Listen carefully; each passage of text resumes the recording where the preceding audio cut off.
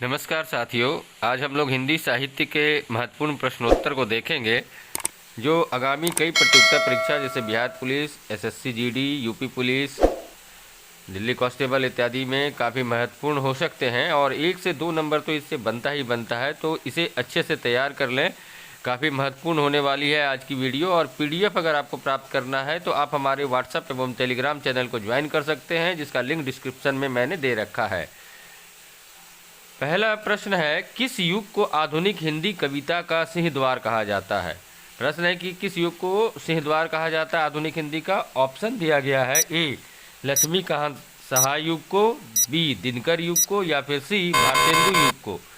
और इसका जो सही जवाब है, भारतेंदु युग को आधुनिक हिंदी कविता का सिंहद्वार कहा जाता है। दूसरा नंबर प्रश्न है, द्विवेदी युग के प्रवर्तक कौन थे। काफ़ी आसान सा प्रश्न है, फिर भी ऑप्शन है, ए महावीर प्रसाद द्विवेदी, बी रामधारी सिंह दिनकर, सी धनंजय, या फिर डी इनमें से कोई नहीं।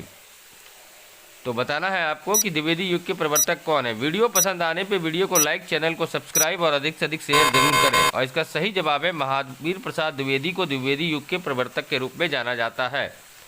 प्रश्न संख्या 3 है, हिंदी का पहला सामाजिक उपन्यास कौन सा माना जाता है। मतलब हिंदी में जो उपन्यास लिखने की परंपरा है उसमें पहला सामाजिक उपन्यास का नाम बताना है। और ऑप्शन है आपका, ए निर्मला, बी भाग्यवती, सी पूस की रात, या फिर डी इनमें से कोई नहीं। जो भी करेक्ट जवाब है आप कमेंट कर सकते हैं। सही जवाब है बी भाग्यवती को हिंदी का पहला सामाजिक उपन्यास कहा जाता है। 4 नंबर प्रश्न है, सन 1950 से पहले हिंदी कविता किस कविता के रूप में जानी जाती थी। मतलब ये 1950 ईस्वी से पहले पूछा गया है कि हिंदी कविता को किस कविता के रूप में जाना जाता था। तो ऑप्शन है, ए प्रयोगवादी, बी यथार्थवादी, सी समकालीन, या फिर डी इनमें से कोई नहीं।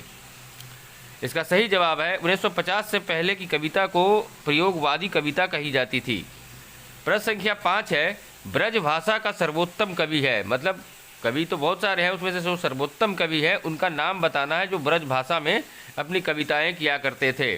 और ऑप्शन है, ए कबीरदास, बी सूरदास, सी बिहारी, या फिर डी इनमें से कोई नहीं। जो भी करेक्ट जवाब है आप कमेंट करें दोस्तों। और इसका सही जवाब है option number B Surdas. Video के पीडीएफ को अगर आप प्राप्त करना चाहते हैं तो आप हमारे व्हाट्सएप टेलीग्राम चैनल को ज्वाइन करें, लिंक डिस्क्रिप्शन में दिया हुआ है। आदिकाल के बाद हिंदी में किस साहित्य का उदय हुआ। मतलब शुरुआती समय के पहले के बाद किस साहित्य का उदय हुआ हिंदी में, वही प्रश्न है। ऑप्शन है, ए भक्ति साहित्य का, बी वीर रस का, सी सौंदर्य रस का, या फिर डी इनमें से कोई नहीं। और इसका सही जवाब है, भक्ति साहित्य का आदिकाल के बाद हिंदी साहित्य में उदय हुआ। वीडियो को अंत तक जरूर देखें और वीडियो को लाइक, चैनल को सब्सक्राइब अवश्य करें। 7 नंबर प्रश्न है,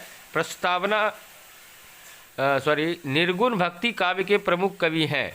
निर्गुण जो है भक्ति काव्य के प्रमुख कवि हैं, उसका नाम बताना। निर्गुण में कौन लिखा करते थे। ऑप्शन है, ए तुलसीदास, बी सूरदास, सी कबीरदास, या फिर डी इनमें से कोई नहीं है। तो कबीरदास जो है निर्गुण भक्ति काव्य के प्रमुख कवि कहलाए हैं। 8 नंबर प्रश्न है, किस काल को स्वर्ण काल कहा जाता है। मतलब हिंदी में किस काल को स्वर्ण काल कहा जाता है, वही आपको बताना है। ए है निर्गुण काल को, बी है भक्ति काल को, सी है सौंदर्य काल को, या फिर डी इनमें से कोई नहीं। 1 से 2 नंबर तो आपके पक्के हो जाएंगे अगर आप इन प्रश्नों को अच्छे से तैयार करेंगे।